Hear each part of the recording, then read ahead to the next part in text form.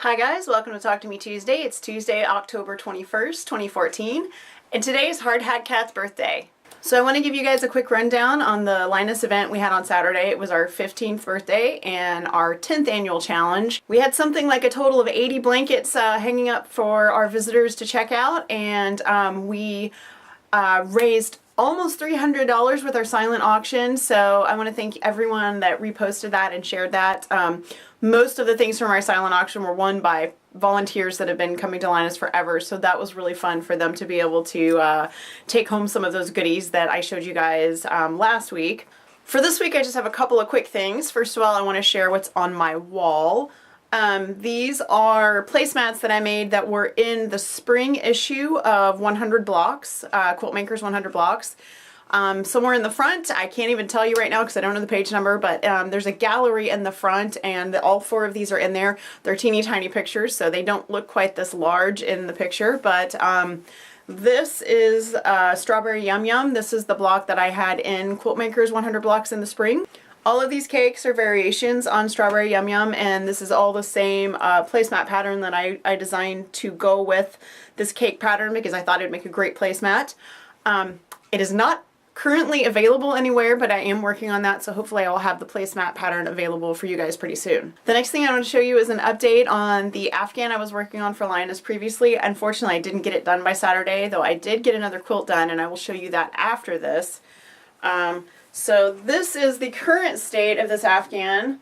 Right now, it's about the right size for an elementary school child. I want to add another, maybe 6 inches because I'm trying to focus on gender neutral for older kids. We have a massive shortage. It wasn't quite as bad this month, but we still didn't fill all of our orders, and they don't get less. So we're going to have another huge order next month for larger blankets, and so I'm trying to focus on my own quilts for Linus and my own Afghans for Linus. I'm trying to focus on bigger gender neutral blankets so we have enough to go around. So this one I think would be great for a boy or a girl, and like I said, 6 more inches and it'll be ready to go. So this one will go out in November. I'm going to insert a little video here about the quilt that I turned in on Saturday. I'd actually previously turned in I think 4 or 5 quilts and blankets that I finished earlier in the month because we did a mid-month delivery because of the shortage. But this one I did finish last week and I turned it in on Saturday, so I'm going to show you that now. Hey guys, it's Friday and I just want to show you this finished quilt really quick. I'm turning in at Linus tomorrow. I've actually turned in 3 this month already because we did some mid-month deliveries, and so those are already gone.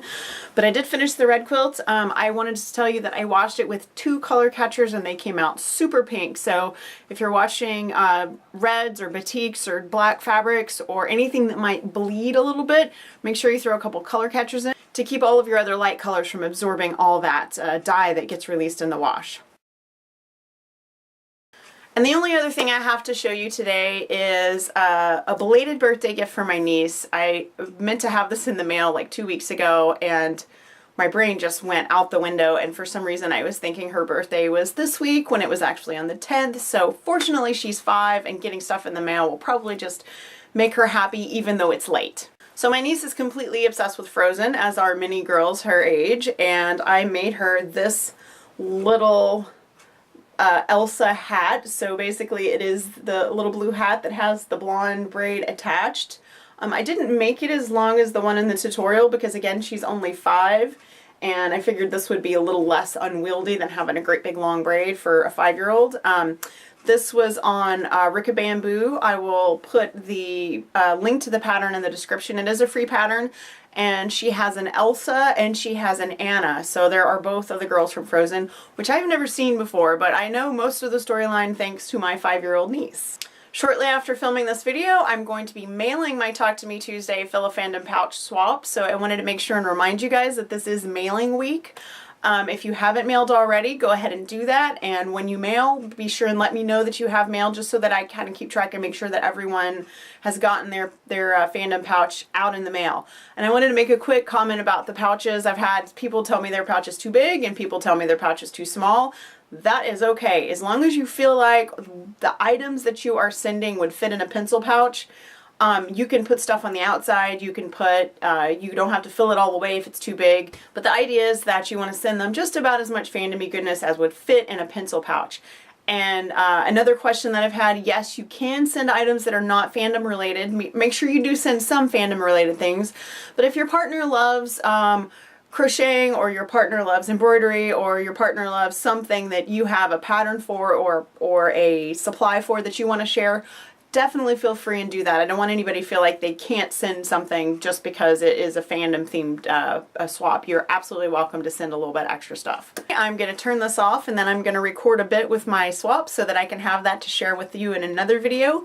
Make sure that you are recording when you receive. We want to see what you're receiving. We want to see what goodies were made for you, and make sure you let us know who your swap partner was so that we know who you received from. That's one of the best parts about doing it sort of secret, is you don't know who you're receiving from until it shows up in the mail. That is going to be it for me. I have a lot to do today, so I'm going to get on it, and I will talk to you guys next week. Bye.